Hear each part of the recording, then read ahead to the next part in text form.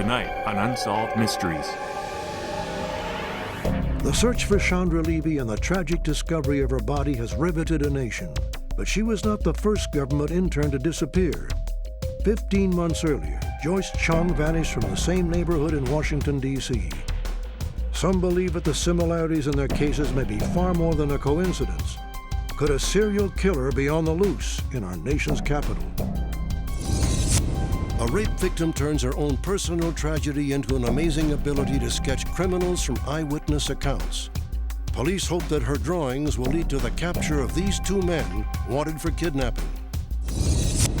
An escaped convict on a self-proclaimed mission from God stalks abortion clinics across the country.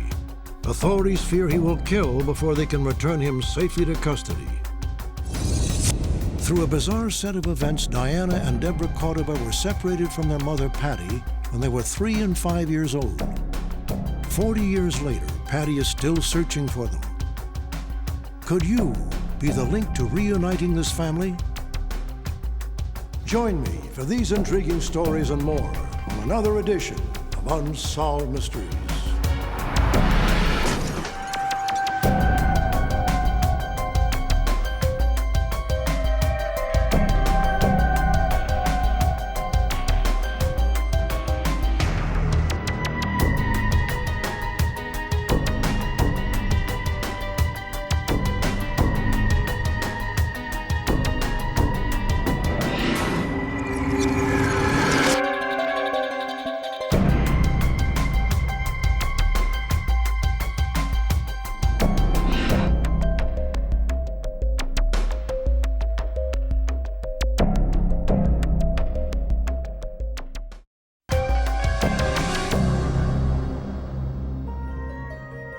The entire country was saddened by the heartbreaking disappearance and death of Capitol Hill intern Chandra Levy.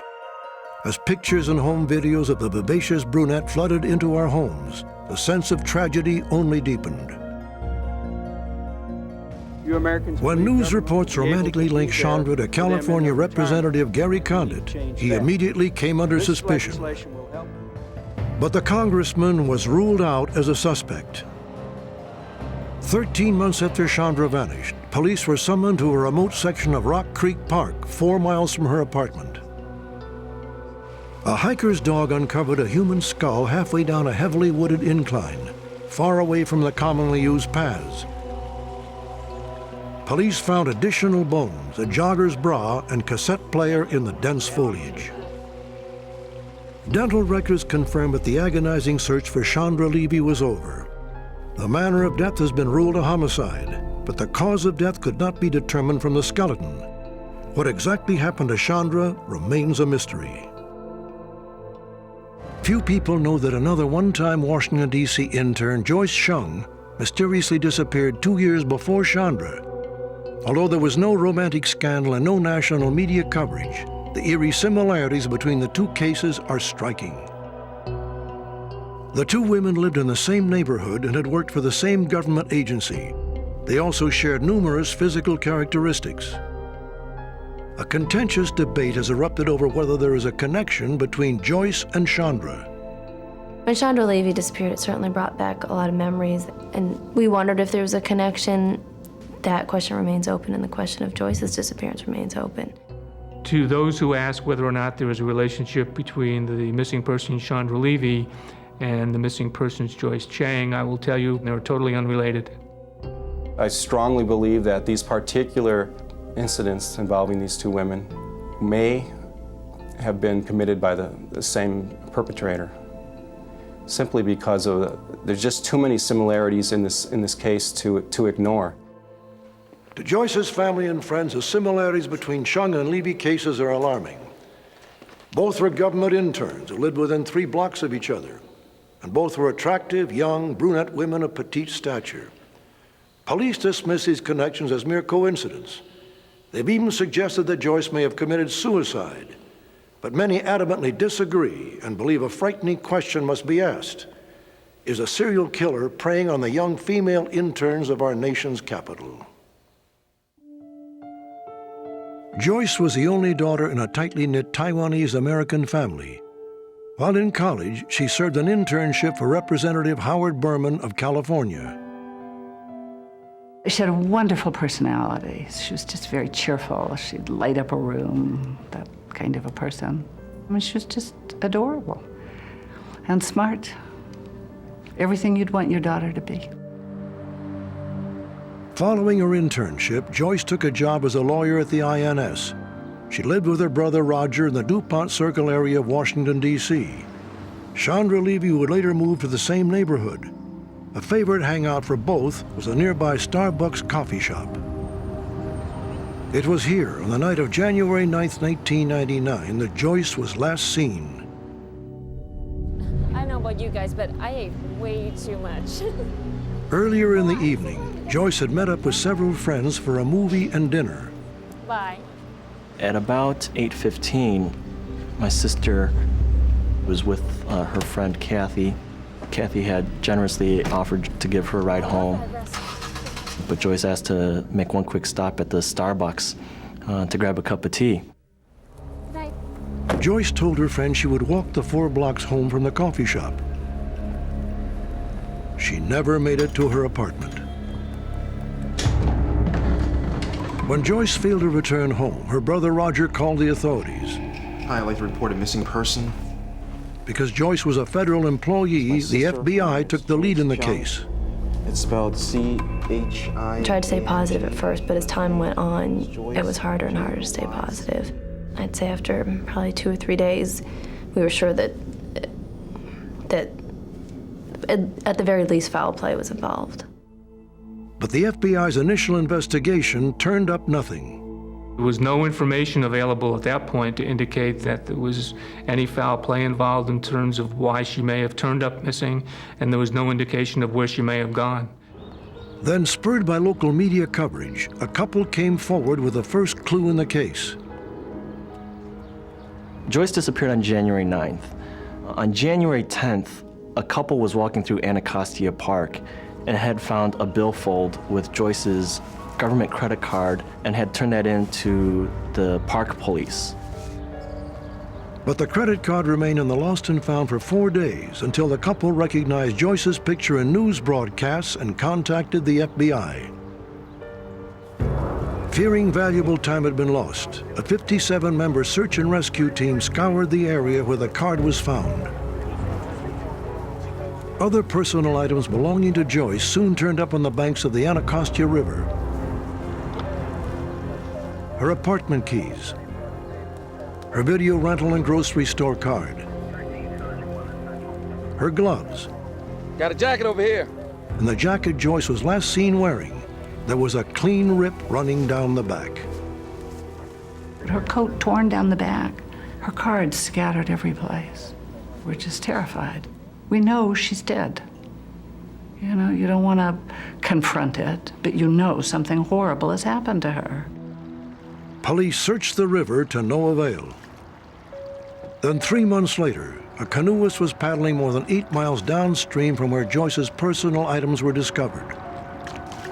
The spring rains had forced a body to the shore. 3 months submerged in the water had taken its toll on the corpse. DNA tests were necessary to identify it as Joyce Chiang. That's when all hope just dashed that Joyce was alive. And I quickly called my mother, one of the most difficult phone calls I've ever had to make, to tell my mother that her daughter was dead. And that's a moment that I'll never forget. Even worse for the Chiang family was the medical examiner's official findings. The massive decomposition made it impossible to find out how Joyce died. As a result, the cause of death was listed as undetermined. Without any evidence of foul play, investigators felt there was nothing more to be done. Despite being unresolved, the case was closed. From a law enforcement perspective, there's no more investigation to conduct based upon the medical examiner's opinion as to how she may have perished. For the police department to say they cannot continue an investigation because they can't determine the cause of death is totally ridiculous. It's incompetence for them to say that, to stop investigating a case because they can't determine the cause of death. It seemed no one would ever know what really happened to Joyce Chiang. Then in May of 2001, Chandra Levy's disappearance drew renewed media interest in Joyce. To many, similarities between the two were chilling. They both worked for congressmen at one time, and interesting enough, Chiang worked for Representative Berman, whose office was basically adjacent to Representative Condit's. They lived within a few blocks of each other.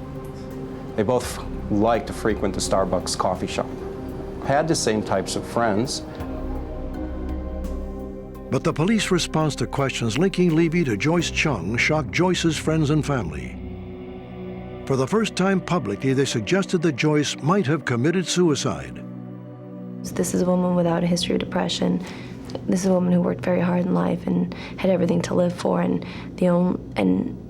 it's just not a theory that makes sense, and it's very frustrating because Joyce and her family have lost so much, and to lose who she is by saying she was someone who committed suicide, I think is another injustice to her.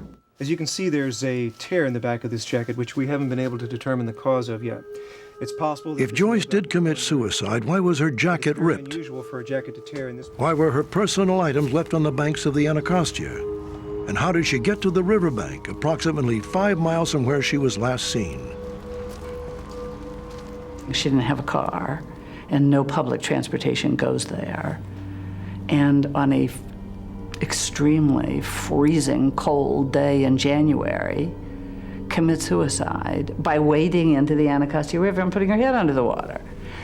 That is patently absurd on its face. If you're going to commit suicide, I guess you jump in the river thinking that I don't want to get my Blockbuster video card wet. Joyce Chiang was murdered, period. She didn't commit suicide. There is another foreboding clue that some believe disproved suicide.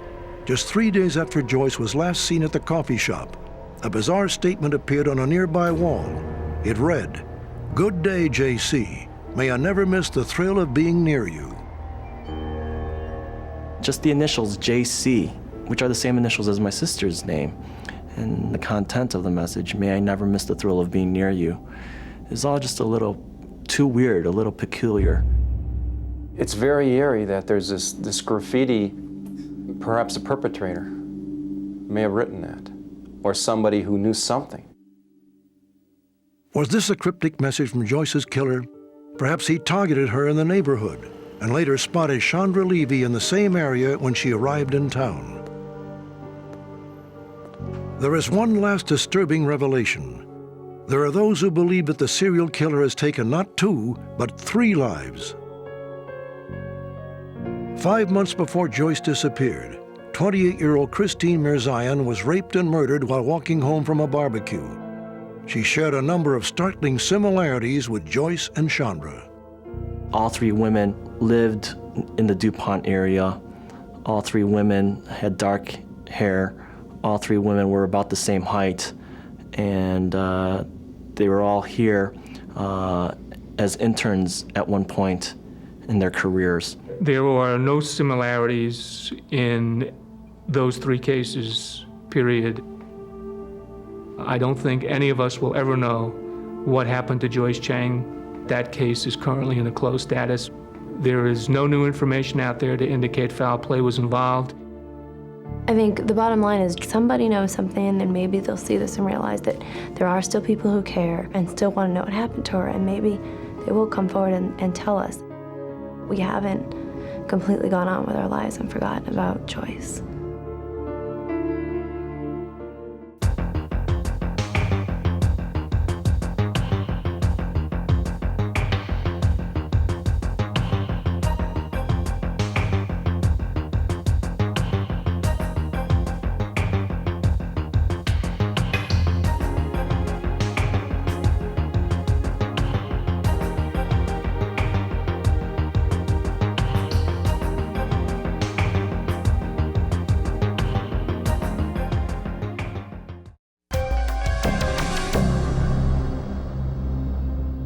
One of the most important members of police investigation teams is a sketch artist.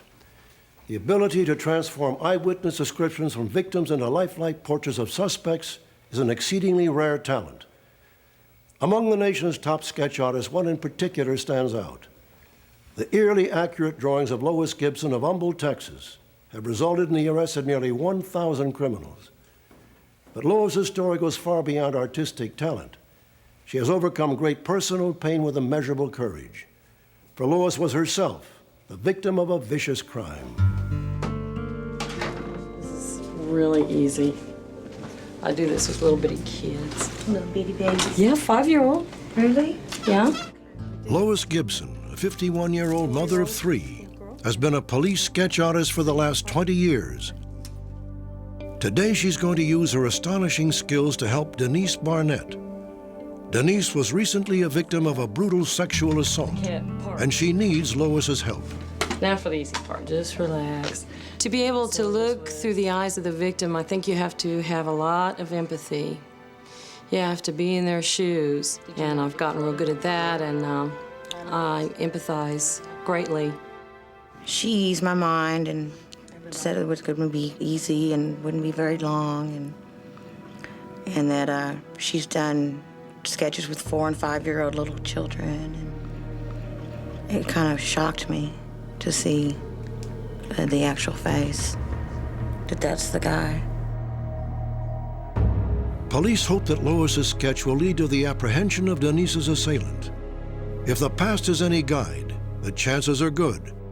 Yet the drawing would not exist at all if Lois had not turned her own nightmare into a passionate desire for justice. The year was 1971, and 21-year-old Lois Gibson was living a life that seemed like a fairy tale.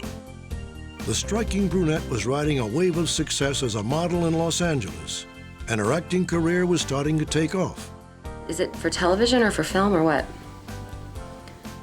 But on one quiet summer evening, a knock on the door would herald the end of Lois's dreams. Well, the pay's good enough, you know, I can go with that. Hey, listen, can I call you back as soon as at my door?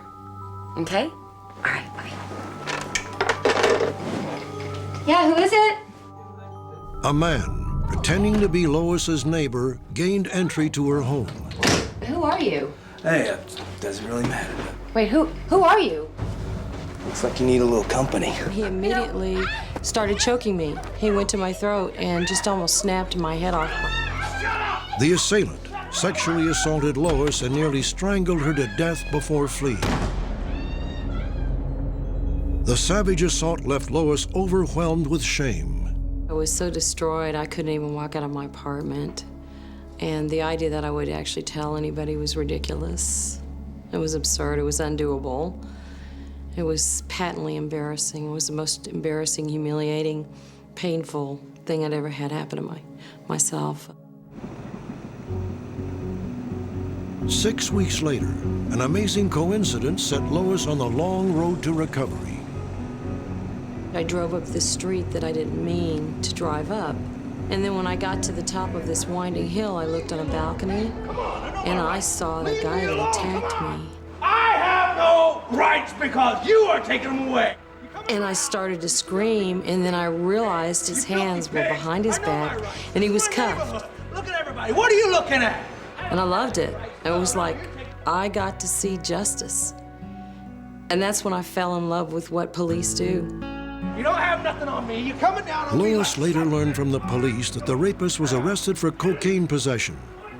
She could still not bring herself to tell the authorities what the man did to her. But what happened that morning would change the direction of Lois's life forever.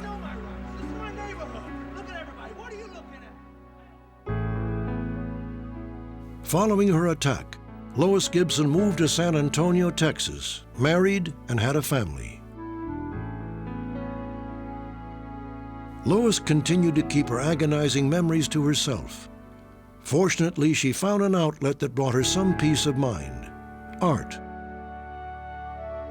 Using chalk, pastels, and charcoal, Lois began drawing portraits of her family. On Saturday, I did 15 sketches in one day. But something happened in 1980 that convinced Lois she could no longer hide from her past.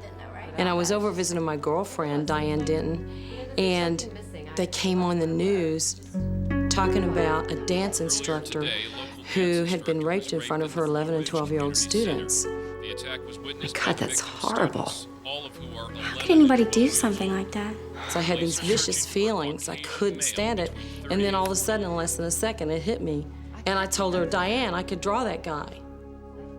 That would help the cops catch him. And if they did, I knew in my mind, I didn't tell her, that would make me healed. That would heal up my bad feelings from my attack. But Lois realized she needed to prove to herself and the police that she could draw someone solely from an eyewitness description. So her friend Diane went to a nearby gas station, looked at the attendant, then returned to describe the man to Lois. And all of a sudden, I started reliving my attack, and I realized I needed to be able to do this really bad, and that it was gonna kill me if I couldn't do it. Lois fought back her fears and drew the picture.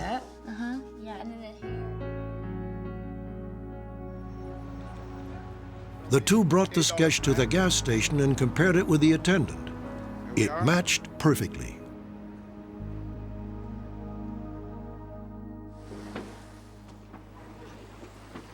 After some initial skepticism, the Houston Police Department decided to give Lois a shot. The results were astounding. Her startlingly accurate drawings have helped capture suspects in 30% of the cases she's worked, an arrest rate unmatched by almost all other sketch artists. The drawings that Lois has done in the past for us have proven to be extremely accurate. It is almost uncanny, the resemblance that the composite carries to the actual physical appearance of the individuals that we have arrested. Many times it has been the turning point in being able to find the individuals. Lois's sketches are significantly different from the ones that you traditionally see. There's a three-dimensional depth there. I believe that Lois has the ability to connect somehow with the people she's working with. It's like Lois is seeing the suspect just the way the victim did. Currently, Lois is working several cases for local police departments in Texas. One such case involves Jason Bomer and his brother Phillip. The two men were recently kidnapped from a mall in Humble, Texas. On February 25th, Jason and Phillip Bomer were shopping for bed sheets when they were approached by two well-dressed African-American males. Gentlemen, excuse us. How you guys doing? Okay. They seemed friendly enough, so we started talking to them. They started asking if we want to buy a computer. Started thinking about it. My girlfriend was asking me for a computer, so I was like, I don't know, I'll check it out, see what's up. According to Phillip and Jason, the men led them to a van in the mall's parking lot. But instead of a cheap computer, the brothers got a heart-stopping shock. Get in the van! Get in the van! Get in the van! Get in the van right now! At gunpoint, Jason was forced into the back seat of the van and Phillip into the front. The kidnappers then headed for the freeway. Yeah, you boys got some money? Huh? We ain't got no money. You boys got something?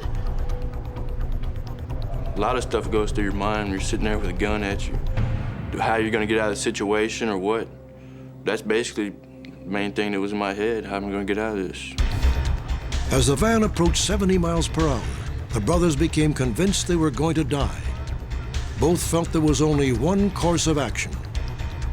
Hey, what are you doing?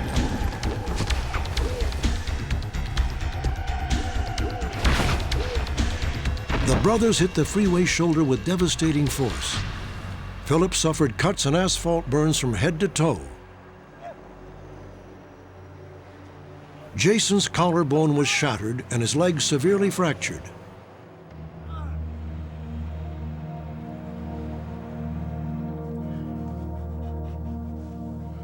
Shortly after being released from the hospital, Jason Bomer sat down for a session with Lois Gibson. I don't know if I'm gonna be able to pick out different eyes. When I talked to Jason, he gave me the same spiel that every single witness gives me. Every single witness is positive they can't do the sketch. And I said, hey, it's not your problem. It's my problem. You just relax. These eyebrows here,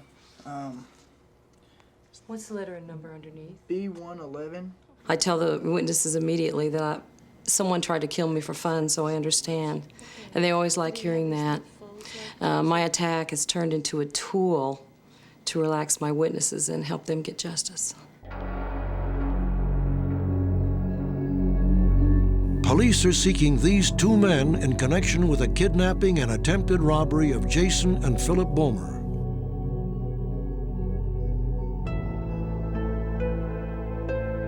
Authorities are also looking for a suspect in the assault on Denise Barnett.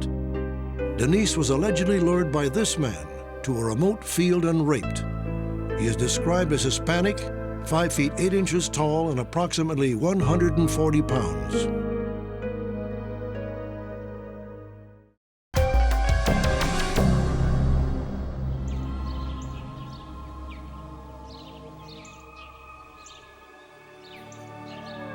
After robbing a gas station, two suspects lead police on a high-speed chase through the back roads of Kentucky.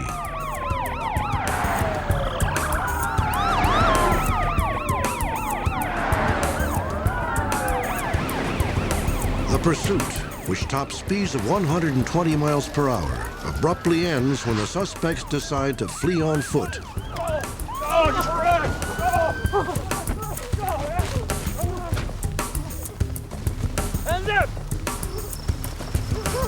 23-year-old Jason Miller is immediately apprehended.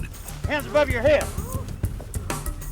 But the second suspect, Clayton Wagner, somehow manages to slip through the police cordon. Authorities grow increasingly alarmed when they discover what Clayton Wagner left behind in his truck. In the vehicle was gas cans, half filled with gasoline, a dummy hand grenade, and firearms, and a list of abortion clinics on the East Coast. Clayton Wagner is a small-time career criminal who's apparently embraced the militant anti-abortion movement. A skilled survivalist who's eluded police on numerous occasions, Wagner has publicly stated that he is on a mission from God to kill abortion providers. So far, he has not acted on this threat, but authorities believe it's only a matter of time before Clayton Wagner attempts murder. Clayton Wagner is a very complex and intelligent individual. He's a woodsman. He used to own a computer company. He's a car thief. He's an armed robber. And at some point in his life, Clayton Wagner became involved in the anti-abortion movement.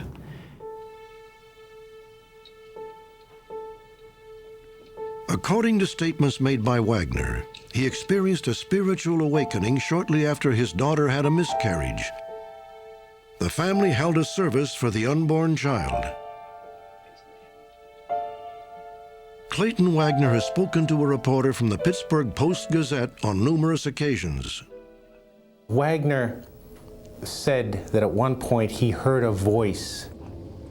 He takes this to be the voice of God, but he said God told him, how can you mourn so much over this one child when so many others are being killed? And it all seems to start right there. In the ensuing months, Wagner reportedly used his computer skills to compile a list of abortion clinics and their employees. Armed with surveillance equipment, police scanners, and firearms, Wagner claims to have stalked over 100 clinics in 19 states. He had been out for a time stalking abortion clinics and trying to work up the nerve to shoot an abortion doctor or one of their staff members. He had people in his gun sights at least 3 times and couldn't bring himself to pull the trigger. God's will, as Clayton perceived it, had not been carried out. A despondent Wagner allegedly vowed that next time an abortionist would die. But then the law interceded. The motorhome Wagner was traveling in with his wife and 8 children broke down just inside Illinois. When a license plate check was done, it revealed that the motorhome was stolen.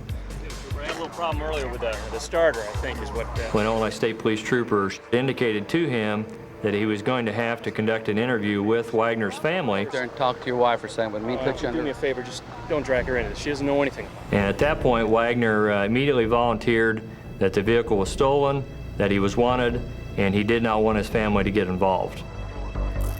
Wagner was arrested and taken to the DeWitt County Jail in Clinton, Illinois. While in prison, he wrote letters to the extremist anti-abortion movement looking for support. Wagner struck up a relationship with Reverend Donald Spitz, an independent Pentecostal minister and founder of the anti-abortion group, the Army of God. Clayton informed me that his life was totally committed to taking action against the baby butchers.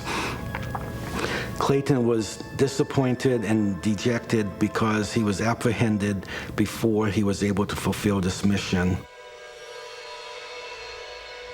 On December 6, 2000, Clayton Wagner was convicted of federal weapons charges and vehicular theft. During and after the trial, statements reportedly made by Wagner were posted on an anti-abortion website. Doesn't matter to me if you're a nurse, receptionist, or janitor. If you work for a murderous abortionist, I'm going to kill you.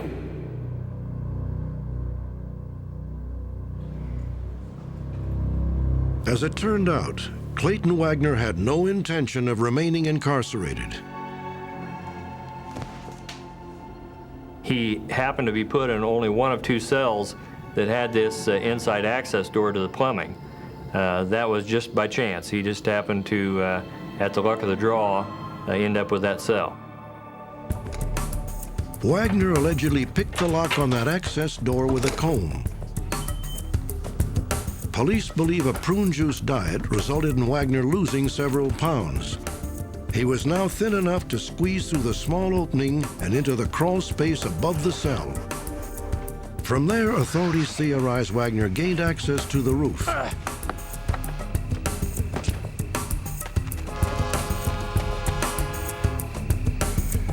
He then jumped to an adjacent building and finally 15 feet to the ground. Wagner allegedly made a beeline for nearby railroad tracks.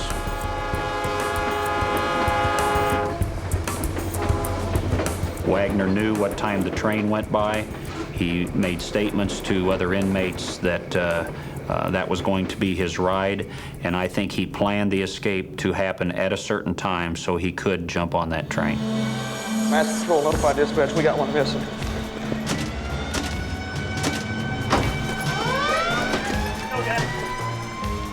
We conducted searches of the immediate area. We set up roadblocks at all of the exit points leaving the city of Clinton. But there was no sign of Clayton Wagner until 2 days after the escape. Police received a report that a man matching Wagner's description had stolen a vehicle from a nearby gas station. Although police immediately swarmed the area, Clayton Wagner slipped away yet again. We don't know how Wagner got through that dragnet. Wagner has stated that God has made him invisible. I don't think God has made him invisible, but obviously Clayton Wagner is very good at disappearing. 2 months after his brazen escape, authorities believe Clayton Wagner resurfaced at a bank outside of Harrisburg, Pennsylvania. Surveillance video captured the robber, who made off with $4,700 in cash. I almost couldn't believe it when I saw the photograph. It appeared that the person in the photograph was posing and smiling for the camera, and there was no doubt in my mind it was Clayton Wagner. Wagner has again disappeared, possibly into the backwoods of Pennsylvania. Abortion clinics across the country are on full alert, fearing that Clayton Wagner may finally follow through on his threats. Whether he shoots an abortionist dead or whether he does not shoot an abortionist dead, Clayton will be spending the rest of his life in prison if he is apprehended. So Clayton has nothing to lose at this point. Update. On December 5, 2001, Clayton Wagner was captured by U.S. Marshals in Cincinnati. An employee at a photocopy store recognized him from wanted posters and notified the FBI. Agents moved in and arrested him without incident. Wagner pled guilty to possession of a firearm by a felon and interstate transportation of a stolen vehicle.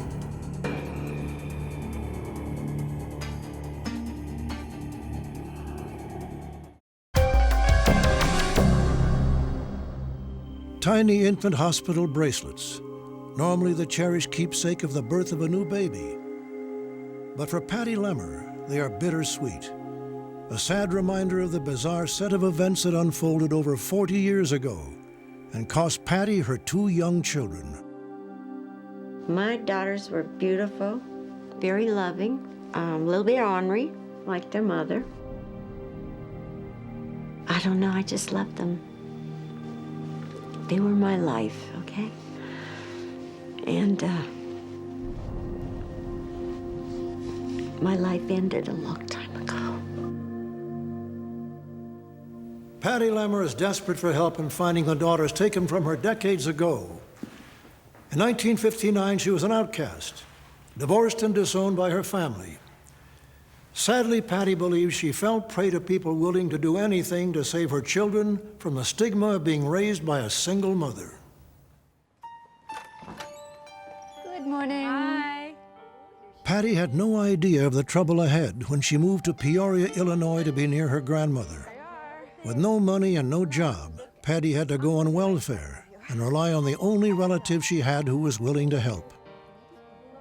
My grandmother offered to babysit while I was out looking for a job. Love you. Say bye-bye, Mommy. Grammy. I love you. Tell Mommy bye-bye. I love you. And I thought she treated the girls real well. I had no idea what was going on. Now, Diana, come, I have a special gift for you. Come to find out, she wasn't treating them alike. She was buying Diana toys, clothes, just about anything she wanted, and she just ignored Deborah. Do you like it? Good, good, good. It just hurt her. It just tore her apart. And it was causing problems in our family. Grammy doesn't love me. After weeks of neglect, 5-year-old Deborah became very upset.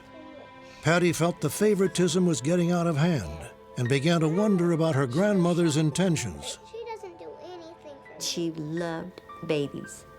And Deborah was older. Grandmother just wanted that chubby little baby. She wanted it for herself.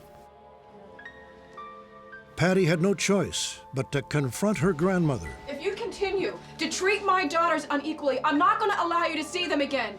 And she said, you made some pretty bad mistakes in your life, and if it wasn't for us, you wouldn't be here, would you?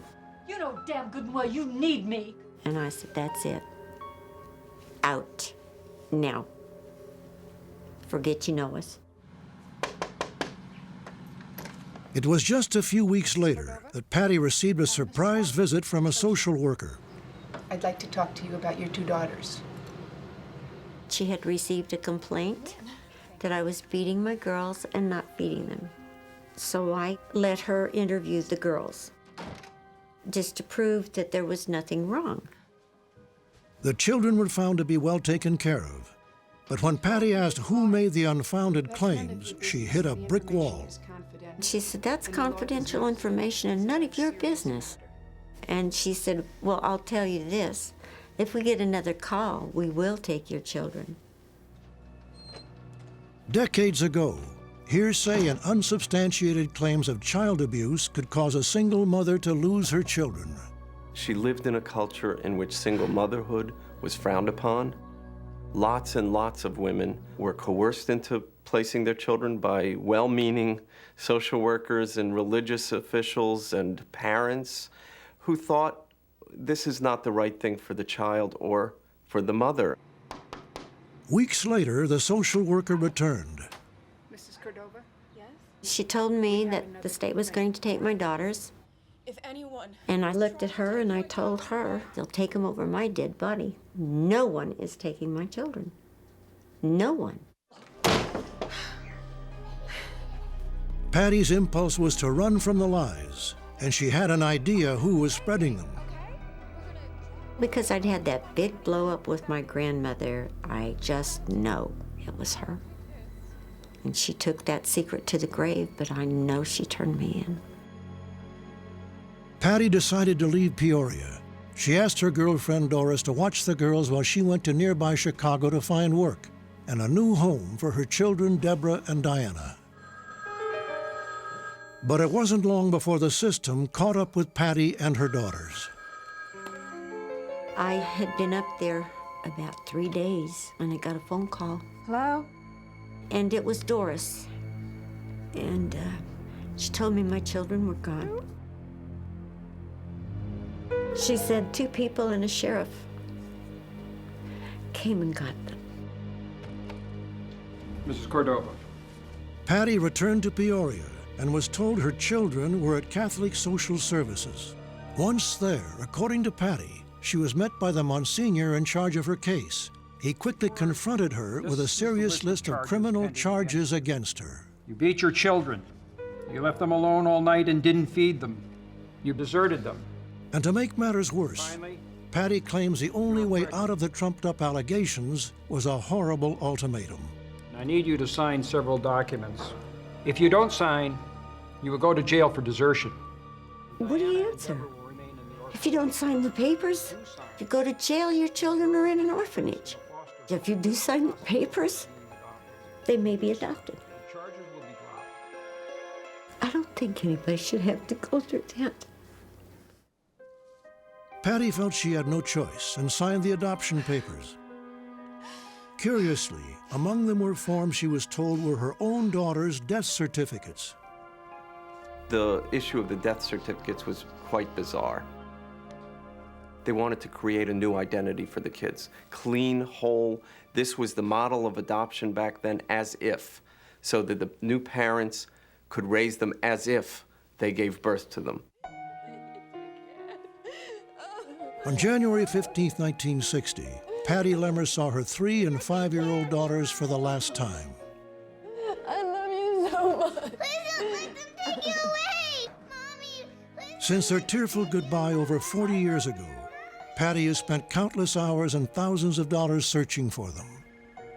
Retired from a 17-year career with the Defense Department, Patti dedicates most of her days to looking for clues that might lead to her girls. I promised Deborah and Diana that I'd find them if it took the rest of my life. And that's what I'm trying to do now. I'm not part of their life now, but I want them to know the truth. I've gone through 41 years of hell, and I think I deserve to know my babies are okay. Update. In December of 2001, Unsolved Mysteries received a phone call from a woman whose family had adopted Deborah and Diana. The girls had been placed in the same home shortly after Patti last saw them. Patti has been in telephone contact with her youngest daughter and hopes to meet with both women in the future. At Patti's request, no further information about Deborah or Diana has been released in order to protect their privacy.